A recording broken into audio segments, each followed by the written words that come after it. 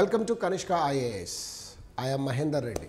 మనం every Sunday రోజు ఒక మోటివేషనల్ క్లాస్ అనేది చూస్తూ ఉన్నాం. సో ఈరోజు మీకు ఒక పర్సనాలిటీ కొటేషన్తో ప్రారంభించి మరొక పర్సనాలిటీకి ఇది ఎట్లా అన్వయించుకున్నాం అన్నదాన్ని చూద్దాం. మీ అందరికీ తెలుసు, బాలీవుడ్ గొప్ప హీరో నెంబర్ 1గా చాలా కాలం పాటు వెలుగొందింది ఎవరంటే అమితాబ్ బచ్చన్. అమితాబ్ బచ్చన్ గారి తండ్రి పేరు హరివంశరాయ్ బచ్చన్. ఈ హరివంశరాయ్ బచ్చన్ గొప్ప కవి హిందీలో. ఆయన ఒక కోట్ చెప్తాడు, అలలకు భయపడి ఆగిపోతే ఆ ఓడ ఎప్పటికీ తీరానికి చేరదు అని. అంటే మనిషి తన జీవితకాలంలో వచ్చే ప్రతి కష్టానికి కనుక తడబడుతూ నిలబడిపోతూ ఉంటే ఎప్పటికీ తన గమ్యాన్ని చేరలేడు అని మనం అన్వయించుకోవచ్చు. మీరు చూడండి, సముద్రం సాధారణ స్థితిలో ఉన్నప్పుడు అలలే, అది ఉగ్రరూపం దాల్చినప్పుడు ఉప్పెనలే, అది సాయంకాలం పూట సూర్యాస్తమయ సమయం, ఉదయంలో సూర్యోదయ సమయంలో దాని యొక్క ఆటుపోట్లు అనేటివి మనకు తెలిసిందే.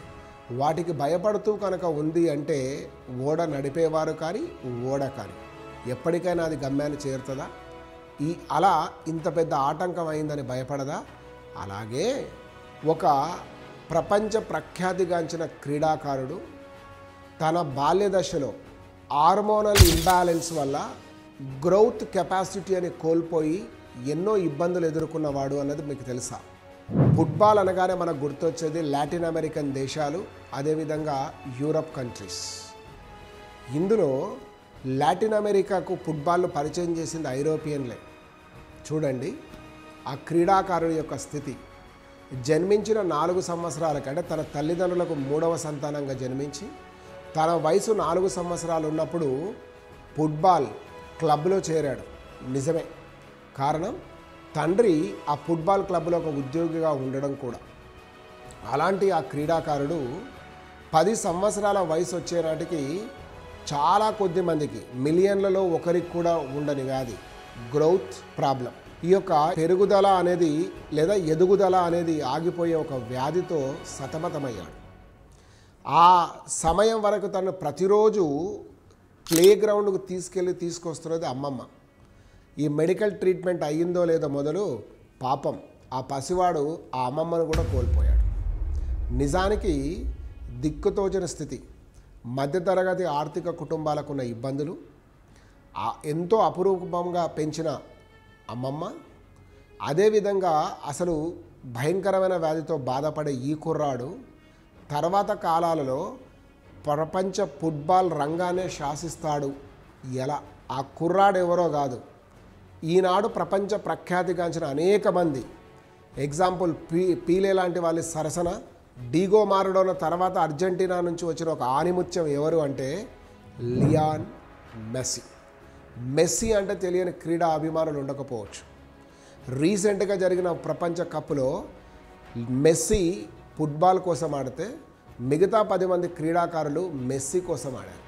కారణం, ప్రపంచ క్రికెట్ రంగంలో సచిన్ టెండూల్కర్ ఎంతనో, ప్రపంచ ఫుట్బాల్ రంగంలో కానీ అర్జెంటీనా దేశంలో కానీ ఈ యొక్క లియోనాల్ మెస్సీకి అంతే. ఇంత గొప్ప క్రీడాకారుడు జీవితకాలంలో ఫుట్బాల్ అంటే FIFA cup, federation of international football association వాళ్ళు ఇచ్చే ప్రపంచ కప్ అందుకోకుండా రిటైర్మెంట్ అవుతే గౌరవం ఉంటుందా? కాబట్టి అందుకే ఆయన కోసం ఈ 10 మంది ఆడారన్నాం.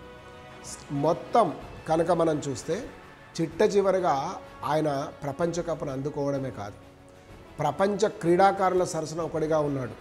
మరొక ప్రపంచ కప్ను కూడా ఆడగలిగినంత ఆరోగ్యాన్ని తను కాపాడుకున్నాడు.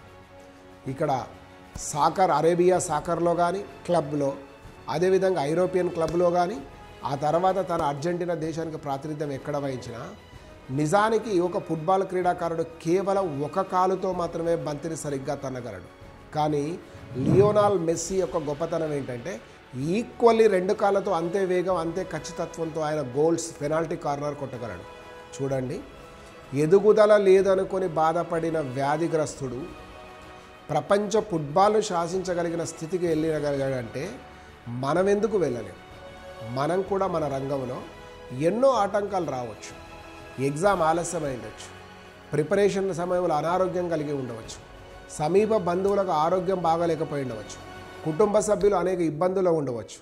వీటి గురించి కనుక మనం ఆలోచిస్తూ ఉంటే మెస్సీలాగా మనం గోల్ చేరలేం. కాబట్టి మెస్సీలాగా మనం గోల్ చేరాలి అన్న హరివంశరాయ్ బచ్చన్ గారు చెప్పినట్టు అలలకు భయపడి ఆ ఓడ ఆగిపోతే తీరాన్ని చేరలేదన్నట్టుగా కాకుండా ఖచ్చితంగా మనం చేరాలి అంటే మన గోల్స్ వైపు మనం ప్రతిరోజు ప్రయత్నం చేస్తూనే ఉండాలి. డైలీ టు డైలీ మన ఇంప్రూవ్మెంట్ అనేది ఉండాలి. నిన్నటి కంటే ఈరోజు నేను ఎక్కడికి వచ్చాను, ఈ రోజు కంటే రేపు ఎక్కడికి వెళ్ళాలి, రేపటి కంటే ఎల్లుండి నా స్థానం ఏమిటి అన్నది కానీ తెలుసుకుంటే ఖచ్చితంగా మనం జీవితంలో విజయం సాధిస్తాం. Thank you all. Will meet with a new concept in next week.